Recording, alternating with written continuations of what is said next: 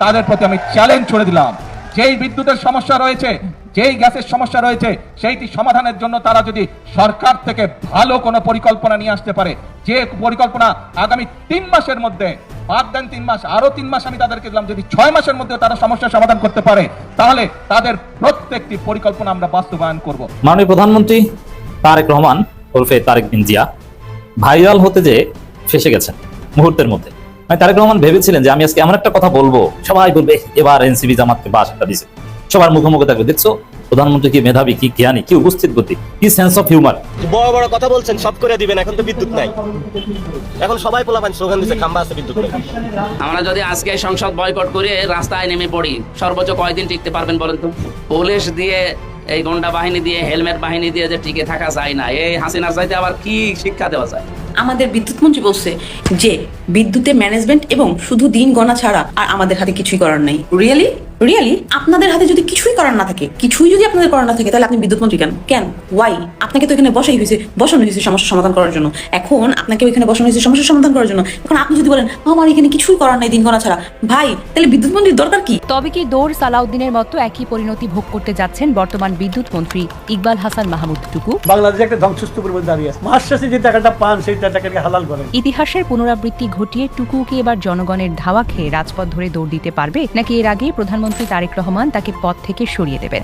আসসালামু আলাইকুম দর্শক, বাংলাদেশ ভাইরাল নিউজের নতুন একটি গুরুত্বপূর্ণ নিউজ ভিডিও নিয়ে আপনাদের মাঝে হাজির হলাম। প্রিয় দর্শক, বাংলাদেশের বর্তমান রাজনৈতিক প্রেক্ষাপট জানতে যারা এই ভিডিওটিতে ক্লিক করেছেন তাদের সবাইকে বলবো আপনারা ধৈর্য সহকারে পুরো ভিডিওটি দেখতে থাকুন, কারণ এই ভিডিওটিতে এমন কিছু তথ্য বা উপাত্ত শেয়ার করা হয়েছে যা জানলে আপনারা অবাক হবেন। প্রিয় দর্শক, ইতিমধ্যে আপনারা অনেকগুলো ভিডিওর অংশ বিশেষ দেখে নিয়েছেন এবং আশা করি দেখেই বুঝতে পেরেছেন আজকের ভিডিওটি কতটি গুরুত্বপূর্ণ এবং আকর্ষণীয় হতে চলেছে। এখনো যারা আমাদের চ্যানেলটি সাবস্ক্রাইব করেননি তাদের সবাইকে বলবো আমাদের চ্যানেলটি সাবস্ক্রাইব করে পাশে থাকা বেল আইকনটা অন করে দিবেন, আর যারা ইতিমধ্যে সাবস্ক্রাইব করেছেন তাদেরকে অসংখ্য ধন্যবাদ। তো প্রিয় দর্শক, চলুন আর কথা বাড়াবো না, একটি লাইক দিয়ে মূল ভিডিওতে যাওয়া যাক। ইতিহাসের পুনরাবৃত্তি ঘটিয়ে টুকুকে এবার জনগণের ধাওয়া খেয়ে রাজপথ ধরে দৌড় দিতে পারবে, নাকি এর আগেই প্রধানমন্ত্রী তারেক রহমান তাকে পদ থেকে সরিয়ে দেবেন? স্বরাষ্ট্র মন্ত্রণালয়ে বড় রদবদলের পর বিএনপি সরকারের ভেতরে গুঞ্জন প্রধানমন্ত্রী তারেক রহমানের বিষ নজরে এবার নাকি খোদ বিদ্যুৎ মন্ত্রী। তবে কি খুব শীঘ্রই পদ হারাচ্ছেন ইকবাল হাসান মাহমুদ টুকু, নাকি একের পর এক খাম্বা আর লোডশেডিং কাণ্ডের দায়ে পুরো সরকারের মূল্য তাকেই দিতে হবে? বিদ্যুৎ নিয়ে সরকারের ভেতরে যে অস্থিরতা চলছে সে ব্যাপারে সবচেয়ে বিস্ফোরক ও অপ্রত্যাশিত সত্য জানতে ভিডিওটি শেষ পর্যন্ত দেখতে থাকুন। প্রিয় দর্শক, কাল্পনিক কোনো গল্প নয়, এটাই আজকের বাংলাদেশের নির্মম বাস্তব চিত্র। আমরা বিন্দুমাত্র বিদ্যুতের জন্য হাহাকার করছি, অথচ বিদ্যুৎ থাকলে আপনি আছেন, বিদ্যুৎ না থাকলে আপনার জীবনটা স্তব্ধ। ব্যবসা বাণিজ্য অচল, ছোট ছোট বাচ্চাদের পড়াশোনা বন্ধ, হাসপাতালে রোগীর জীবন সংকটে, আর মধ্যরাতের প্রচণ্ড গরমে একটু শান্তিতে ঘুমানোর উপায়টুকুও নেই। কিন্তু সবচাইতে বড় তামাশা কোনটা জানেন? ঢাকার বাহিরে গ্রামগঞ্জে যখন 16 থেকে 18 ঘন্টা লোডশেডিং চলে, মানুষ যখন অতিষ্ঠ হয়ে রাজপথে নেমে আসে, তখনই আগুনের আঁচ গিয়ে লেগেছে খোদ রাজধানী ভিআইপি পাড়াতেও। গত কয়েকদিনের দৃশ্যগুলো দেখুন। হাই প্রোফাইল সরকারি মিটিং চলছে, নামি দামি মন্ত্রীরা মাইক্রোফোনের সামনে দাঁড়িয়ে দীর্ঘ ভাষণ দিচ্ছেন। ঠিক সেই মুহূর্তে ঠাস, পুরো হল রুম নিমিষেই অন্ধকার। মঞ্চের উপর বসে থাকা প্রভাবশালী প্রতিমন্ত্রী শামা ওবায়দ ঘামে ভিজে একাকার হয়ে গেছেন, হাত পাখা টিস্যু দিয়ে মুখ মুছছেন। শিক্ষামন্ত্রী ডক্টর আ.ন.ম এহসানুল হক মিলনের মতো ভিআইপি ব্যক্তিত্বদের বক্তব্য থমকে গেছে হুট করে বাতি নিভে যাওয়ার কারণে। ঢাকার বুকে রাজকীয় অনুষ্ঠানে যদি খোদ মন্ত্রীদের এই বেহাল দশা হয়, তবে ঢাকার বাহিরের সাধারণ মানুষের অবস্থাটা একবার চিন্তা করে দেখেছেন? রাজধানীর বাহিরে যখন পরিস্থিতি যুদ্ধক্ষেত্রের মতো, পল্লী বিদ্যুৎ আর পিডিবির আঞ্চলিক কার্যালয়গুলো এখন যেন এক একটি বারুদের স্তূপ। একের পর এক বিদ্যুৎ অফিসে হামলা চালিয়েছে বিক্ষুব্ধ জনতা। কর্মকর্তাদেরও ঘেরাও করা হচ্ছে, ভাঙচুর করা হচ্ছে সরকারি সম্পত্তি। ভয়ে তটস্থ হয়ে অনেক কর্মকর্তা নিজেদের অফিস ঘর ছেড়ে পালিয়ে গেছেন। ফোন ধরলেই সাধারণ মানুষের অকথ্য গালিগালাজ আর হুমকি শুনতে হচ্ছে কর্মচারীদের। সামাজিক যোগাযোগ মাধ্যমে মানুষ এখন ব্যঙ্গ করে বলে, এ কি তবে বিদ্যুৎ বোর্ডে বসে থাকা কোনো গুপ্তশত্রুর কাজ? মন্ত্রীদের হেয় করতে কি বক্তব্য দেওয়ার ঠিক মুখ্য মুহূর্তেই কারেন্ট কেটে দেওয়া হয়েছে? কিন্তু রসিকতা দিয়ে কি আর পেটের জ্বালা আর গায়ের জ্বালা মেটে? 2006 সালে যখন শনির আখড়ায় বিদ্যুতের দাবিতে মানুষ রাস্তায় নেমেছিল, তখন কিন্তু ক্ষমতার দাপট দেখানো 4 দলীয় জোটের এমপি সালাউদ্দিনকে রেহাই দেয়নি এই ক্ষুব্ধ জনগণ। দিন রাত একটানা লোডশেডিং আর সাথে এক ফোঁটা খাবার পানির জন্য হাহাকার। জনগণের সেই ক্ষোভের আগুনে তেল ঢেলে যখন সাধারণ মানুষের মুখোমুখি দাঁড়িয়েছেন তৎকালীন প্রভাবশালী এমপি সালাউদ্দিন আহমেদ, তখন জীবন বাঁচাতে কি করতে হয়েছিল তাকে জানেন? শনির আখড়া থেকে যাত্রাবাড়ি পর্যন্ত কিলোমিটারের পর কিলোমিটার খালি পায়ে দৌড় দিয়ে পিঠ বাঁচিয়েছিলেন তিনি। সেই থেকেই ইন্টারনেট আর রাজনীতিতে জন্ম নিয়েছিল এক কুখ্যাত তকমা দৌড়, সালাউদ্দিন। আজকের পরিস্থিতিতে জনগণ যদি ধৈর্য হারিয়ে ফেলে, বিদ্যুৎ মন্ত্রী ইকবাল হাসান মাহমুদ টুকু কি পারবেন সেই জনরোষ থেকে বাঁচতে, নাকি তাকেও সালাউদ্দিনের মতো দৌড় লাগাতে হবে?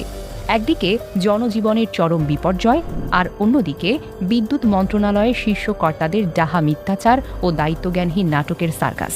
দেশ জুড়ে যখন হাহাকার, তখন দেশের বিদ্যুৎ মন্ত্রী ইকবাল হাসান মাহমুদ টুকু গণমাধ্যমের সামনে এসে কি বললেন জানেন? তার বক্তব্য শুনে কোটি কোটি মানুষের মাথায় যেন বাজ পড়েছে। মন্ত্রী বাহাদুর সোজা দাবি করে বসেছেন বাংলাদেশে নাকি কোনো লোডশেডিংই হচ্ছে না।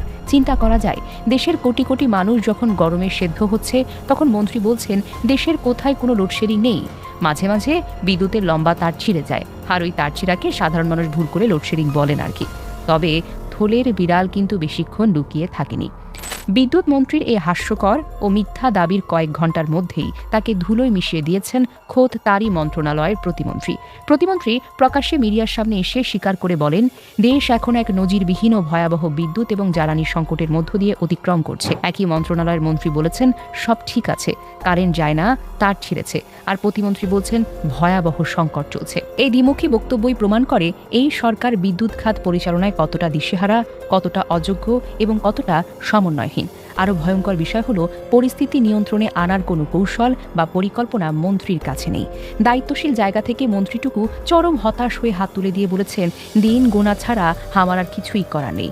কখনো এই মন্ত্রী বলছেন গ্যাস নেই, কখনো বলছেন কয়লা ভিজে গেছে, আবার কখনো অদ্ভুত রকমের দোহাই দিয়ে বলছেন ব্যাটারি চালিত রিক্সা পিক আওয়ারে চার্জ দেওয়া হলে এই শহরে বিদ্যুতের সংকট দেখা দিয়েছে। মন্ত্রী মহোদয়, ঢাকায় কত হাজার ব্যাটারি চালিত রিক্সা চলে আর কত মেগাওয়াট বিদ্যুৎ টানে, তার কোনো সুনির্দিষ্ট ডেটা কি আপনার কাছে আছে? নাকি অবৈধ চাঁদা তুলে আপনার দলের লোকেরাই এই ভুয়া লাইন নিয়ে অটোরিকশা চার্জ দেওয়ার সুযোগ করে দিচ্ছে? দুর্নীতি আর অব্যবস্থাপনার পাহাড় বানিয়ে এখন জনগণের উপর দায় চাপানো হচ্ছে। এখন প্রশ্ন হলো, কেন পুরো দেশের জাতীয় গ্রিড আর এভাবে অচল করে দেওয়া হলো? কেন দেশের পাওয়ার প্লান্টগুলো একে একে বন্ধ হয়ে যাচ্ছে? অনুসন্ধান করলে উঠে আসে দুটি প্রধান ও মারাত্মক কারণ। প্রথমত, দেশের প্রধান গ্যাস ক্ষেত্রে আকস্মিক অগ্নিকাণ্ড, কারিগরি বিপর্যয়, আর দ্বিতীয়ত সবচাইতে ভয়ঙ্কর আন্তর্জাতিক কারণ, ভারতের বিতর্কিত আদানি পাওয়ারের চরম বিশ্বাসঘাতকতা। আমরা সবাই জানি বিদ্যুৎ ক্ষেত্রে ভারত ও আদানির সাথে বিগত শেখ হাসিনা সরকারের সম্পাদিত চুক্তিগুলো কতটা একপেশে ও দেশের স্বার্থবিরোধী ছিল। ঝাড়খণ্ডে অবস্থিত আদানির কয়লা ভিত্তিক বিদ্যুৎ কেন্দ্র থেকে বাংলাদেশকে প্রতিদিন প্রায় 1400 থেকে 1500 মেগাওয়াট বিদ্যুৎ সরবরাহ করার কথা, কিন্তু হঠাৎ করেই কোনো প্রকার আগাম সতর্কবার্তা ছাড়াই আদানি পাওয়ার বিদ্যুৎ সরবরাহ কমিয়ে মাত্র 800 থেকে 1000 মেগাওয়াট নিয়ে এসেছে।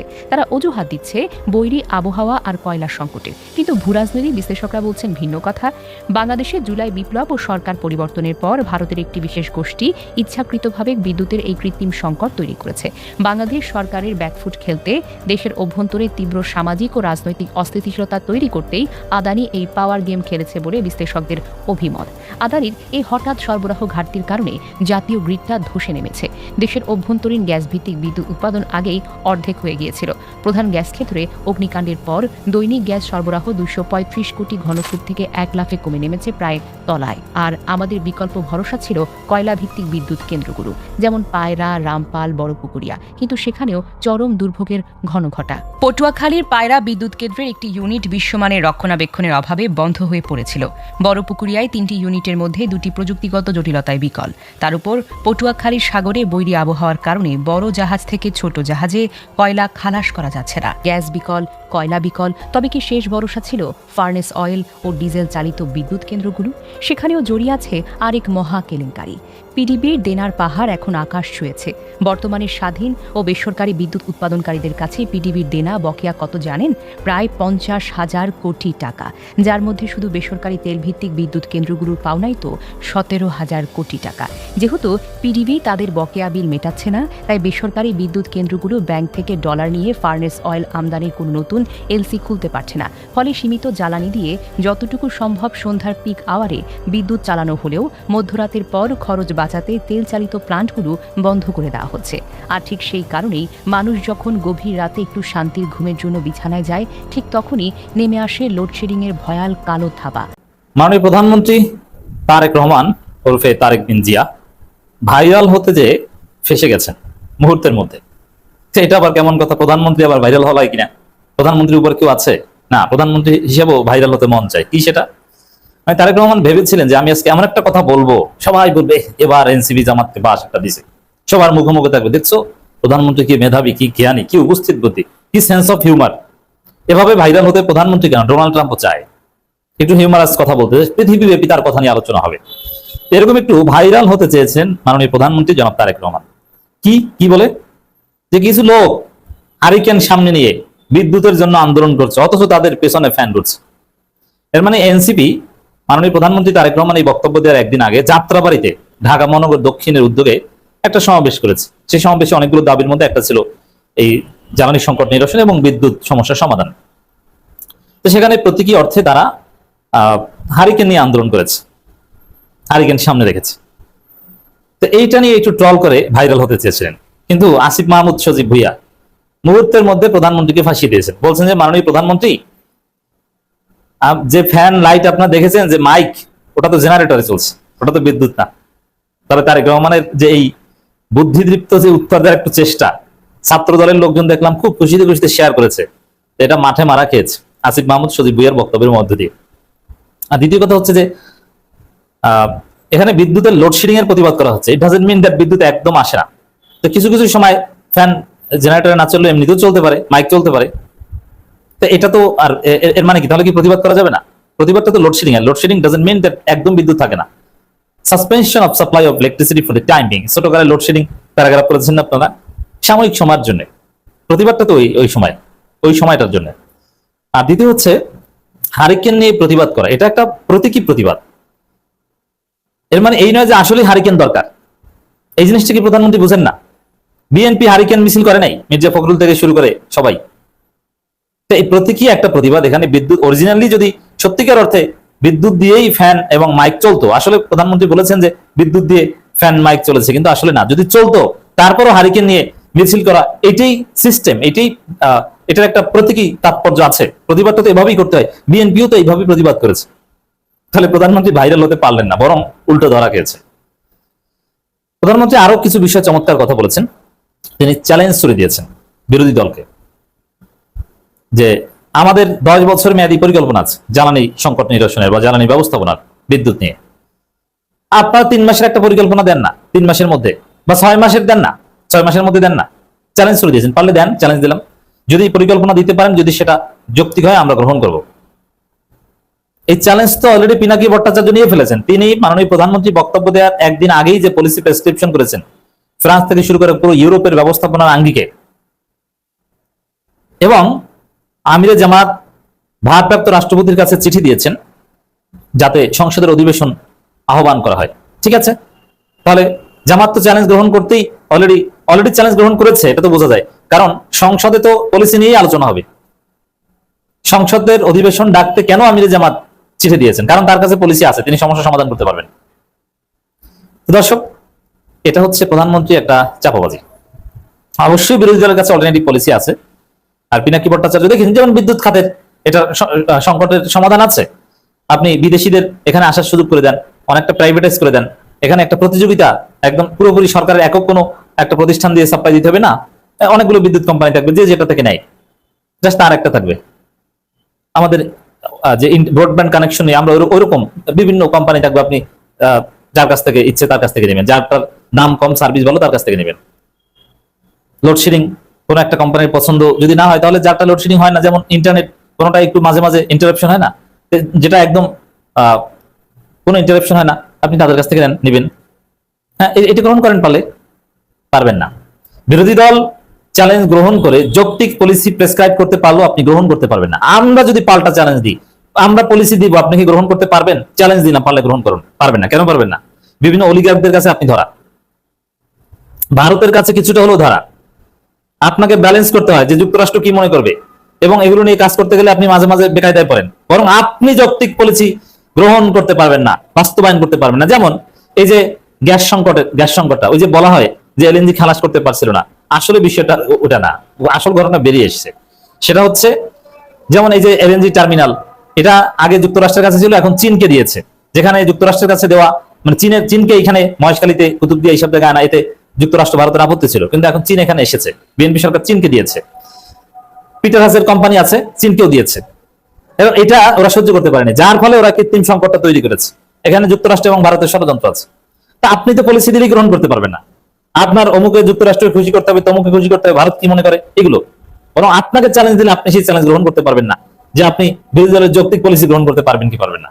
আসল ঘটনা হচ্ছে এটা, চ্যালেঞ্জ দিলে হবে ভালো জায়গায়। এরপরে মাননীয় প্রধানমন্ত্রী আরো কিছু বিষয়ে চমৎকার কথা বলেছেন। এটা একদিক ভালো যে আসলে জামাতের সত্যিকার অর্থে বিরোধী দল, সেটা ফুটে ওঠে। আজকে প্রধানমন্ত্রীর বক্তব্যে এটা স্পষ্ট হয়েছে। যেমন 71, 86, 96 সালে ভুল করেছেন, জামাতকে উদ্দেশ্য করে বা বিরোধী দলকে উদ্দেশ্য করে বলেছেন। 71, 86, 96 সালে ভুল করেছেন। 26 সালে এসেও মানুষকে বিভ্রান্ত করে কি কি সব টিকিট বিক্রি করেছেন।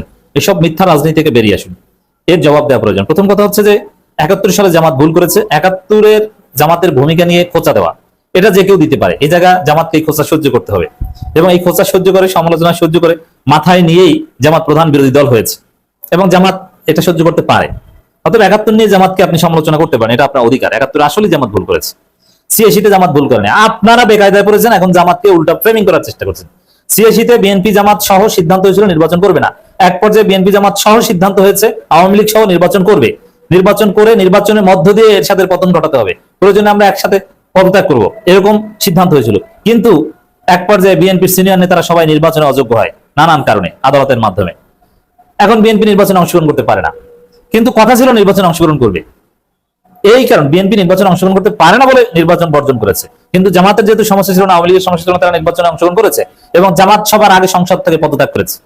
তো জামাত নির্বাচন করে সংসদ থেকে পদত্যাগ করে এরশাদকে বেকায়দায় ফেলেছে, এটা বলে না। আর উল্টা আন্দাজের উপর জামাতকে 86-র বেঈমান বানায়, এটা মিথ্যাচার। 96-তে বিএনপি তত্ত্বাবধায়ক সরকার বিরোধিতা করেছে, জামাত তত্ত্বাবধায়ক সরকার পক্ষে আন্দোলন করেছে, জামাত মোটেও ভুল করেনি। 26-এ কোনো জান্নাতের টিকিট কিছু বিক্রি করেনি। এখন লোডশেডিং এর আপনাদের ব্যর্থতার সমালোচনা করছে, এটা কি ভুল? না, এটা ভুল না, জামাত সঠিক পথে আছে। প্রিয় দর্শক, ইতিমধ্যে আপনারা আমাদের পুরো ভিডিওটি দেখেছেন। ভিডিওটি দেখে কি জানলেন এবং বুঝলেন, অবশ্যই আপনাদের মূল্যবান মতামতটি আমাদের কমেন্ট বক্সে জানাতে ভুলবেন না। এখনো যারা আমাদের চ্যানেলটি সাবস্ক্রাইব করেননি, তাদের সবাইকে বলবো আমাদের চ্যানেলটি সাবস্ক্রাইব করে পাশে থাকা বেল আইকনটা অন করে দিবেন, এরকম নিত্য নতুন প্রতিদিন গরম গরম নিউজ আপডেট পেতে। ধন্যবাদ সবাইকে।